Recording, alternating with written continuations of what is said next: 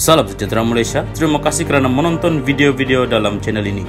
Sebelum kita mula, jangan lupa untuk tekan tombol subscribe, share, like dan komen. Let's go! Salam sejahtera dan salam perpaduan kepada seluruh rakyat Malaysia. Berita seterusnya bertajuk BN Pakatan Kerup, pandangan PUA tak wakili DAP katalog. Bertepenu, pandangan bekas ahli Parlimen Petaling Jaya, Tony Phua, yang menggelar BN sebagai Pakatan Kerup dibuat atas kapasiti pribadi dan tidak mewakili pandangan DAP, kata Setiausaha Agung parti itu, Anthony Loke. Loke merujuk laporan media yang memetik ucapan Phua dalam satu majlis yang dianjurkan DAP Petaling Jaya malam tadi. Tony Phua tidak lagi memegang apa-apa jawatan dalam DAP. Justru itu, beliau bercakap di atas kapasiti individu dan tidak sama sekali mewakili kepimpinan parti. Ucapan tersebut yang berunsur serangan terhadap rakan gabungan utama dalam kerajaan perpaduan tidak seharusnya dikeluarkan uncalled for, katalog dalam satu kenyataan.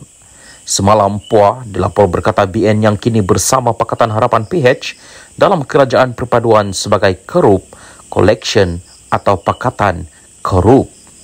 Kenyataan itu disuarakan sewaktu berucap pada majlis makan malam menggumpul dana DAP di perkarangan Dewan Bandaraya Petaling Jaya MBPJ dengan label sama turut diberikan kepada Bersatu. Phua juga menyuarakan harapan supaya PH dapat membentuk kerajaan sendiri dalam kalangan komponen gabungan itu tanpa membabitkan UMNO dan BN sekiranya gabungan itu menang dalam pilihan raya umum PRU akan datang. Menyifatkan kenyataan itu sebagai provokatif, Loke berkata kepimpinan tertinggi DAP telah membuat keputusan dasar untuk bekerjasama dengan gabungan politik lain demi mencapai kestabilan politik.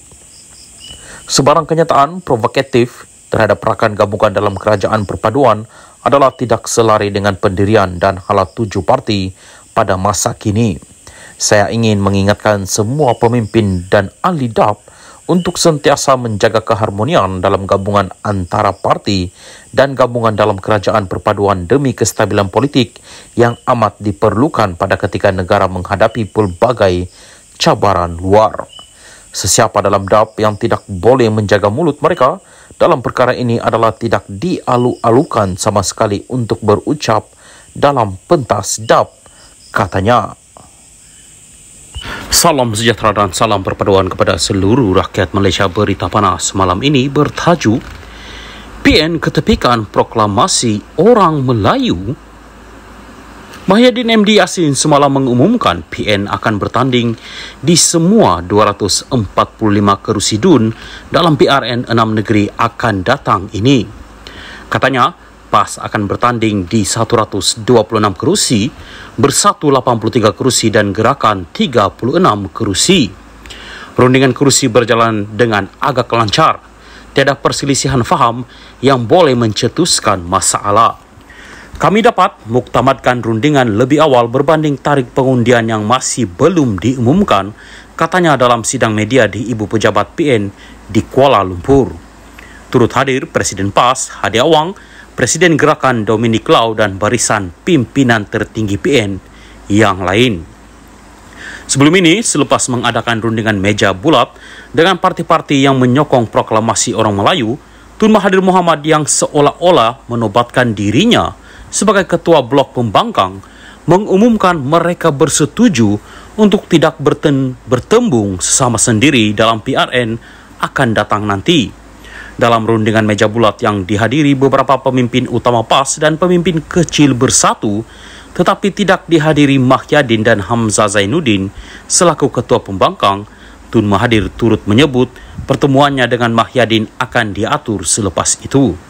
Begitupun, di sebalik Mahyadin menyatakan kesediaan untuk bertemu dengan Tun Mahathir yang lebih dulu mempelawannya untuk bekerjasama, tetapi sehingga ini tiada pertemuan berlangsung antara kedua-dua mereka.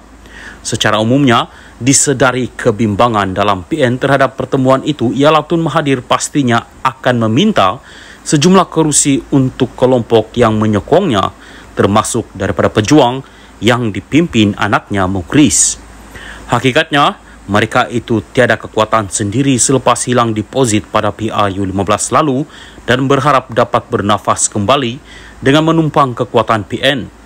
Malah Mukris tidak lama sebelum ini turut memohon untuk menyertai PN, tetapi telah ditolak dengan alasan penyertaan parti itu akan mengganggu proses pengagihan kerusi dalam gabungan tersebut. Semalam, sementara Tun Mahathir masih di luar negara dan tanpa menunggu perjumpaan dengan Mahyadin berlangsung, PN secara rasmi telah mengumumkan dan memuktamadkan pembahagian kerusi antara mereka.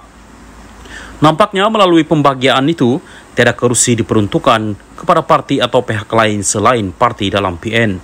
Sekaligus ini bermakna PN telah mengenepikan Tun Mahathir dan proklamasi orang Melayu dalam menghadapi PRN 6 negeri mendatang ini. Masih mahu bertanding jugakah mereka yang bersama proklamasi orang Melayu, termasuk pejuang yang dipimpin Mukris dalam PRN nanti? Syabuddin Hussein, 23 bulan 6 2023.